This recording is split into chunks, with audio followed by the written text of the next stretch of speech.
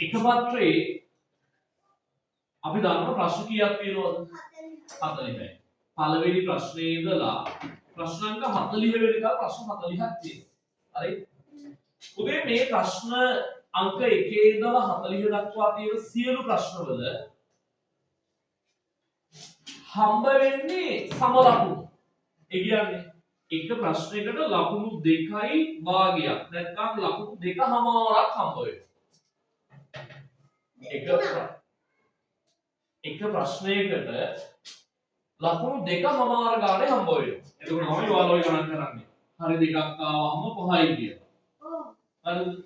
එතකොට එක ප්‍රශ්නයකට ලකුණු 2කමාර ගානේ හම්බ වෙනවා. මේ ප්‍රශ්න 40කම සම ලකුණු හම්බ වෙන්නේ. ඔගේ පළවෙනි ප්‍රශ්නේ හරිය ගියොත් ඒත් ලකුණු 2කමාරයි. දෙවෙනි ප්‍රශ්නේ හරිය ගියත් ඒත් ලකුණු 2කමාරයි. 10 වෙනි ප්‍රශ්නටත් හම්බ වෙන්නේ ලකුණු 2කමාරයි. අවසාන ප්‍රශ්නට හම්බ වෙන්නේ ලකුණු 2කමාරයි. කොයි ප්‍රශ්න ගත්තත් සම ලකුණු තමයි හම්බ වෙන්නේ. පැහැදිලිද? එතකොට මේ සියලු ප්‍රශ්න එක හා සමාන වටිනාකමක් තියෙන ප්‍රශ්න.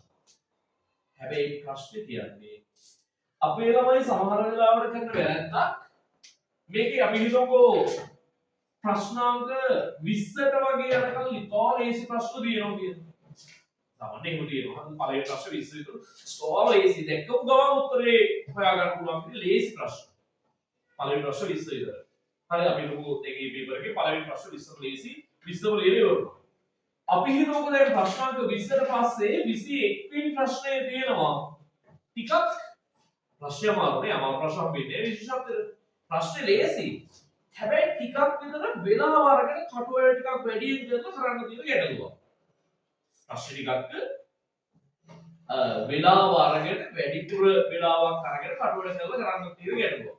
එතකොට කරන වැරද්ද මේකට ගන්නවා ලොකු වෙලාවක්. අපි හිතමුකෝ විනාඩි 15ක් 20ක් විතර ඒ ගාන කියවනවා ගැටලුව කියවනවා ආපහු කටුවල කරනවා කටුවල කරලා බලනවා අනේ උත්තරයක් නෑ ආයෙත් වැරදුනා කියලා තේරෙනවා ආපහු මුල ඉඳලා කියවනවා කටුවල කරනවා බලනවා කොහොම කරනවා ඊට පස්සේ ආයෙත් උත්තරේ අරගෙන බලද්දී ඒ උත්තරේ නේ දැන් හොඳට විශ්වාසයි ආයෙත් කරදිනා ආයෙ කරනවා ඔය විදිහට මේ ගැටලුවත් එක්ක ගොඩාක් වෙලා ඉන්නවා ඊට පස්සේ ඊළඟ ගැටලුව ඔහොම ගිහිල්ලා 28 වෙනි ප්‍රශ්න විතර දැන් ඔන්න යන්නේ අර 28 වෙනි ප්‍රශ්න වගේ යද්දී ඒකේ තියෙනවා අර විදිහ ටිකක් කාලය අරගෙන කරන්න ඕන ගැටලුවක්.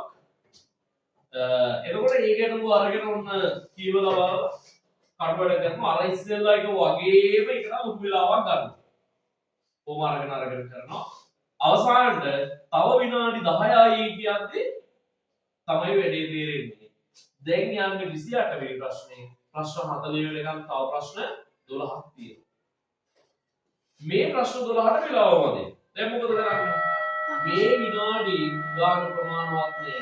ඒ නිසා දරවල ගා අර වැඩේ කරලා නිකන් වැඩේ කරනවා. අවසානට තියෙන ප්‍රශ්න ටික ඔක්කොම නිකන් ඉරියලා ඉවරයි.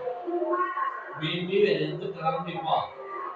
මොකද හේතුව මේ වැරද්ද කරද්දී ඔයාලා දන්නේම නැතුව අවසානයේ 28 වෙනි ප්‍රශ්නේ පස්සේ සමහරට ගොඩාක් ලේසි ප්‍රශ්න තියෙන්නේ. අර මුලින්ම ඔබ වුණා වගේ දැක්කම ගමන් උත්තරේ හොයා ගන්න පුළුවන් විදිහේ ප්‍රශ්න තියෙන්නේ. ඒ තරම් ලේසි ප්‍රශ්න ටික මගේ හැරලා ඒ තරම් ලේසි ප්‍රශ්න වලට නිකන් ඉරි ටිකක් ඇඳලා ඔයා පේපර් එක කරලා ඉවර කරනවා. ඒක ලොකු අපරාධයක්.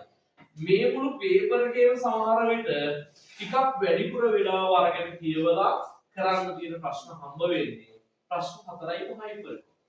අනිත් ප්‍රශ්නේ පාලේසිය. හරි. එතකොට ඔය ප්‍රශ්න 4 5 මැදදී හම්බ වුණාම ලොකු කාලයක් අරගෙන මේ ප්‍රශ්න නිසා කාලය නාස්ති කරගන්නවා කියන්නේ ලොකු අපරාධයක්. ඒ නිසා මේ වැඩේ කරගන්න එපා.